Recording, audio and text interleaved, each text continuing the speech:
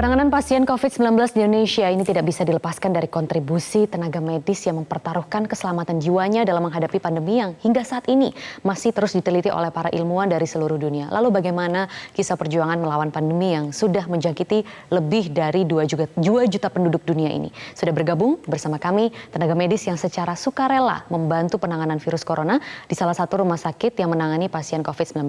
Dr. Debrina Dewi Lumanau, selamat pagi Dr. Debrina. Pagi. Dok, ini sejak kapan bergabung menjadi relawan dan apa sih yang membuat dokter mau untuk bergabung menjadi relawan? Saya bergabung sejak tanggal 26 Maret, itu tanggal saya mulainya. Sebelumnya memang ada preparasi, ada briefing, ada medical check-up dan lain-lain. Kalau ditanya kenapa alasannya mau gabung jadi relawan, sebenarnya nggak ada alasan sih Mbak, gabung aja. Karena udah kayak memang ya sudah wayahnya. Panggilan jiwa, panggilan profesi gitu ya. Sebelumnya dok, nah keseharian ini sebelumnya dokter ini praktek di mana? Apakah dokter ini GP atau spesialis tertentu atau bagaimana dok backgroundnya? Jadi saya dokter umum yang kemudian mengambil emergency medicine fellowship di UCLA Amerika. Balik ke Indonesia, banyak bantu di potensi Basarnas. Kemudian kebetulan bergabung dengan INASAR, Indonesia Search and Rescue, untuk ikut turun tangan ke bencana-bencana tempat-tempat yang di mata saya seru gitu ya, untuk ilmu medis. Jadi memang sudah tertarik dengan kebencanaan begitu ya, selama ini berkecimpung di sana. Tapi kan COVID ini beda. Ini adalah penyakit yang tidak terlihat. Kita tidak tahu juga sampai kapan pandemi ini akan berakhir. Nah, apakah dokter awalnya tidak takut untuk bergabung menjadi relawan? Kan karena sebenarnya dokter ini tidak diharuskan, maksudnya ini kan kesediaan ya, tidak semua mau, tidak semua berani, tidak semua punya nyali begitu. Takut. Ini jujur, ini pertama kali saya ngerasa setakut ini untuk setiap hari turun ke takut lapangan ya? ke bencana.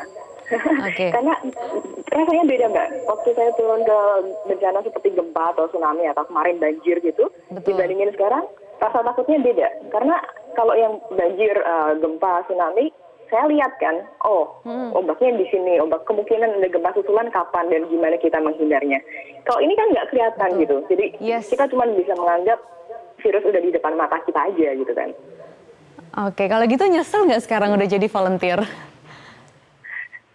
Nyesel nggak nyesel, saya rasa semua orang di sini akan merasa memang harus udah kewajiban kita untuk terlibat dalam pandemi ini sih Mbak. Dan apa yang biasanya dokter lakukan untuk mengatasi rasa takut? Apa prosedur-prosedur yang ditetapkan selama ini sampai dokter ini masih bisa bekerja sampai saat ini, 3 minggu sudah bekerja dan masih tetap sehat dan bisa melayani orang banyak? Saya rasa untuk ketakutan itu kan timbul karena kita miss akan sesuatu. Jadi saya rasa kuncinya benar-benar mematuhi prosedur, peraturan apa yang sudah di briefing oleh bagian dari rumah sakit. Untuk pakai APD caranya yang benar gimana, kelengkapan APD harus diperhatikan. Sikap waktu pakai APD juga penting sekali. Jadi jangan kalau udah pakai masker, pakai sarung tangan atau pegang-pegang depan masker itu kan juga sama aja bohong. Hal-hal seperti itu yang sebenarnya membuat lebih nggak takut karena merasa aman gitu kan. Tapi yang lain selain itu juga gaya hidup yang kadang menurut saya dulu menurut saya berlebihan gitu. Itu kami semua di sini kami lakukan karena kami tahu di sini yang paling penting endurance kan. Yang paling penting kita harus survive ini untuk jangka waktu lama. Apa saja tuh yang dilakukan? Gaya hidup yang menurut dokter dulu berlebihan, tapi sekarang akhirnya coba dilakukan. Banyak Mbak. Jadi tadi saya cerita dulu tentang ini ya, pakai APD, sikap kita pakai APD. Karena dulu saya berpikir kalau cuci tangan 6 langkah, 8 langkah, dan 12 langkah itu tuh baik banget gitu kan waktu sekolah kedokteran. Terlalu lama gitu ya, buang waktu. Terlalu lama, terus ngapain sih gitu kan. Tapi ternyata sekarang hidup saya bergantung sama cara saya cuci tangan. Hal yang sangat sepele banget, tapi ternyata hidup saya bergantung dengan ini gitu. Nah berbicara tadi soal APD begitu. Nah kemarin banyak informasi bahwa APD ini sempat langka dan sebagainya. Sebenarnya bagaimana sih kalau situasi di garda terdepan di rumah sakit tempat Anda bekerja saat ini? Saya ngomongin secara general aja ya, karena menurut saya yang perlu mendapat perhatian adalah satu Indonesia. Indonesia itu kan nggak rata nih, ada di pusat di Jakarta mungkin APD jauh lebih terpenuhi daripada kalau saya bilang di NTT, NTB atau pulau-pulau lain di Indonesia Timur. Masalahnya banyak banget, masalah logistik, masalah komunikasi, permintaan bantuan APD dan lain-lain. Itu complicated, memang ribet banget, tapi itu yang menurutku harus mulai dari sekarang jadi perhatian masyarakat sih untuk donasinya kemana. Oke, nah itu berarti donasi ataupun APD selama ini memang masalahnya hanya belum merata saja begitu ya? Kalau sepengetahuan dokter sendiri, dokter Debbie sendiri, ini daerah mana yang masih harus mendapatkan perhatian kesehatan ekstra saat ini di Indonesia? Teman-teman saya yang di Indonesia bagian timur, jadi dari Sulawesi, kemudian daerah Maluku, daerah Papua itu saya bisa bilang hampir teriak-teriak gitu loh, WA, komunikasi lewat sosmed untuk menceritakan keadaan mereka bagaimana di sana. Udah yang logistik memang susah, kemudian mereka mau komunikasi, mau menceritakan aja, cari sinyal juga kadang-kadang susah karena suka lemot sekarang gitu. Kemudian edukasi masyarakatnya sendiri di daerah sana lebih susah katanya daripada di Pulau Jawa. Jadi beneran lebih kompleks di sana sih saya rasa.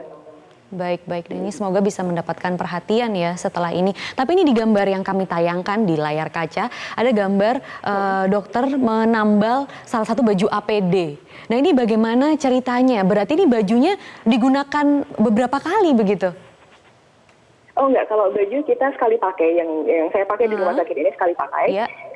Tapi memang kalau kita lihat dari Kemenkes ada beberapa baju yang bisa di-reuse, bisa dipakai ulang. Cuman ya intinya kita nggak mau ada lubang. Jadi misalkan saya lagi jaga pecicilan gitu kan, terus senggol sesuatu jadi sobek. Nah itu pasti akan saya tembak lagi. Tapi hal sekecil maskernya kurang pas, maskernya kayak ada lubang dikit, itu pasti kalau saya lihat teman saya ada seperti itu, teman saya lihat saya seperti itu, pasti kita akan saling tambal satu sama lain. Karena memang kita nggak mau ada lubang gitu, kita mau lebih ekstra hati-hati dalam hal ini daripada nanti kita jatuh. Ini saya tertarik dengan baju-baju yang diceritakan oleh dokter tadi, karena kan saya juga tahu bahwa baju ini tuh ribet pakainya, ya kan? Dan kita juga harus menahan kalau mau makan, mau minum. Nah, pernah capek nggak sih melakukan ini semua? Capek sih, tapi saya lebih prefer untuk capek secara fisik nggak daripada capek mental. Jadi kadang-kadang malah saya sengajain buat capek secara fisik biar nggak stres. Nah, ini kita akan gali lebih lanjut mengenai bagaimana prosedur untuk menjalankan kebersihan dan SOP di rumah sakit, bagaimana ribetnya untuk menjadi tenaga medis garda terdepan di COVID-19. Kita jeda terlebih dahulu, dokter, kita akan kembali selepas pariwara, jadi jangan kemana-mana pemirsa, tetap di Selamat Pagi Indonesia. Anda kembali di Selamat Pagi Indonesia dan saya masih bersama dengan Dr. Debbie yang menjadi relawan pertama di garda terdepan COVID-19. Tadi kita sudah membahas mengenai bagaimana tenaga medis ini harus diuji setiap harinya, baik secara fisik dan juga mental, dan juga prosedur penggunaan APD. Nah ini saya tahu ribet sekali, prosedur melepasnya saja ribet kalau saya lihat di beberapa tayangan video yang ada tersebar di sosial media. Bisa diceritakan tidak sih, Dok? Rumah sakit atau tiap vaskes kayaknya beda-beda cara lepas prosedur. Yang saya dengar dari teman-teman saya di luar memang sering yang setiap kali mau lepas sarung tangan, kan kita banyak ya pakai APD ya. Jadi ada sarung tangannya juga kalau di tempat saya bekerja ada 2 lapis. Terus ada coverall juga, di dalamnya coverall biasa kita pakai scrubs lagi atau pakai gaun lagi atau pakai apron lagi. Terus ada surgical cap, ada topi bedah gitu. Terus biasa di coverall juga ada hoodie kan, terus ada ada goggle. Masker bisa 2, bisa 1. Nah untuk lepas tiap lapisan itu ada beberapa teman saya yang harus cuci tangan dulu tiap kali lepas, karena memang tangan kita kan kayak gerbang untuk ke muka nih, kita megang segala sesuatu, terus kita megang muka itu kan bisa jadi sumber penularan. Nah, ada yang seperti itu. Kalau di tempat saya bekerja, memang kita melalui proses dekontaminasi. Ini prosesnya mirip sama yang saya waktu itu dapetin juga di Inasar. Jadi, memang ada shower, ada sabun yang disemprotkan ke badan kita. 2 kali. Dan teknologinya maju banget. Jadi, teknologinya benar-benar meyakinkan kalau seluruh bagian badan kena. Gitu. Setelah itu baru copot APD-nya pelan-pelan. Ada urutannya, by the way. Harus apa urutannya? Harus ada urutannya juga ya, nggak bisa sembarangan. Nah, ini kalau misalnya sudah mau bertugas begitu, kemudian sudah mengenakan APD lengkap, tapi di sela-sela bertugas ingin ke kamar mandi, itu gimana dok? Tahan. Nggak ada cara lain, Mbak. Berapa lama sih durasi bekerjanya bisa menahan seperti itu? Satu shift 8 jam, jadi ya kurang lebih 8 jam. Ternyata saya pikir juga waktu itu susah sekali kan. Jadi memang di beberapa di seluruh dunia ada yang pakai Pampers atau ya sudah sih kebanyakan mereka tahan juga.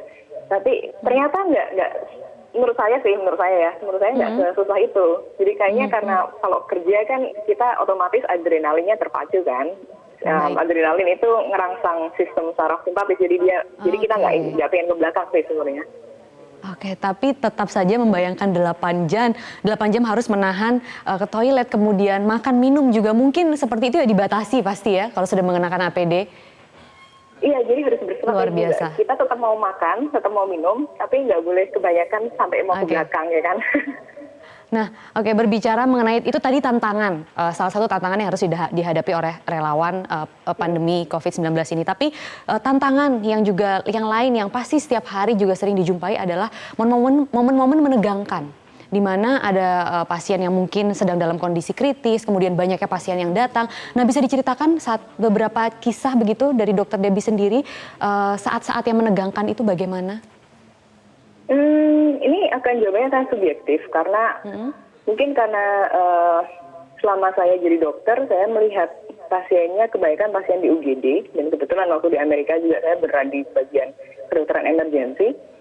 Jadi kalau saya malah lebih bisa lebih bisa bekerja dalam keadaan yang memang dalam tekanan.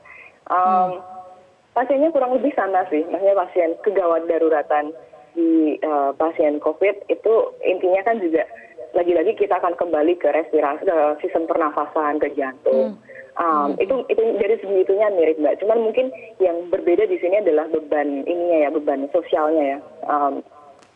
Ngelihat ada pasien yang terkena wabah ini terus kita sebagai medis tetap kita kan cuma penjaga gawang sebenarnya, bukan garda terdepan kan. Kita cuma kalau sudah ada yang datang ke kita cuma bisa istilahnya cuma bisa nembel gitu. Tapi kita selalu ketemu dengan yang kegagalan ini gitu loh, untuk nggak bisa nembel ini gitu. Oke, kegagalan untuk tidak bisa nembel itu pasti selalu ada, dan melihat banyaknya masyarakat yang saat ini mungkin masih belum sadar terhadap bahaya virus ini, dan juga dokter benar-benar menjadi saksi melihat sendiri bagaimana para pasien-pasien COVID ini berjuang untuk mempertaruhkan nyawa, bisa diberikan himbauan dan juga mungkin ada harapan tersendiri terhadap masyarakat untuk benar-benar mematuhi PSBB yang sudah diberlakukan oleh pemerintah. Iya, jadi saya nggak akan bosan-bosannya menyarankan untuk tetap social distancing dan di rumah aja dan taati peraturan PSBB itu, karena itu salah satunya jalan kita untuk selamat dari pandemi ini. Bukan mengandalkan kami medis. Satu, kami medis menurut saya cuma penjaga gawang. Jadi itu tadi. Jadi kita cuma mengobati yang sudah terdampak. Kedua, kita ada baterainya. Jadi mungkin sekarang memang saya masih terlihat happy gitu kan. Tapi saya nggak tahu nih bulan depan, 2 bulan lagi, atau nggak tahu kapan masa kritisnya. Kita nggak pernah tahu. APD juga sama. APD sekarang mungkin masih ada dan masih banyak yang semangat untuk kasih donasi. 2 bulan lagi, 3 bulan lagi, kita nggak pernah tahu. Itu yang harusnya jadi dari sekarang kita pikirkan sih. Kemudian saya lihat kalau di Jakarta mungkin lumayan banyak ya teman-teman yang sudah peka untuk social distancing. Tapi di daerah yang saya dengar itu masih pada nggak peduli untuk social distancing, masih nggak sadar pentingnya social distancing.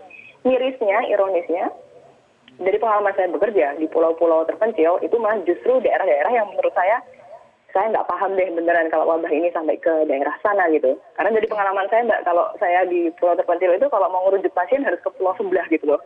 Nggak kayak di Jakarta yang ambulansnya udah keren banget, ada ambulans banyak kan, di sana harus tunggu kapal dulu ke pulau sebelah gitu. Itu gimana kalau ngadepin pandemi ini gitu. Jadi masyarakat dan juga pemerintahnya justru malah harus ekstra waspada ya, karena mereka di daerah-daerah terpencil. Kalau yang tadi seperti yang Dokter Debbie katakan. Baik, terima kasih Dokter Debrina Dewi Lumanau sudah memberikan cerita dan juga informasi di Selamat Pagi Indonesia kali ini. Semoga menginspirasi dan juga bermanfaat untuk pemirsa yang menyaksikan. Terima kasih Dok, sehat selalu.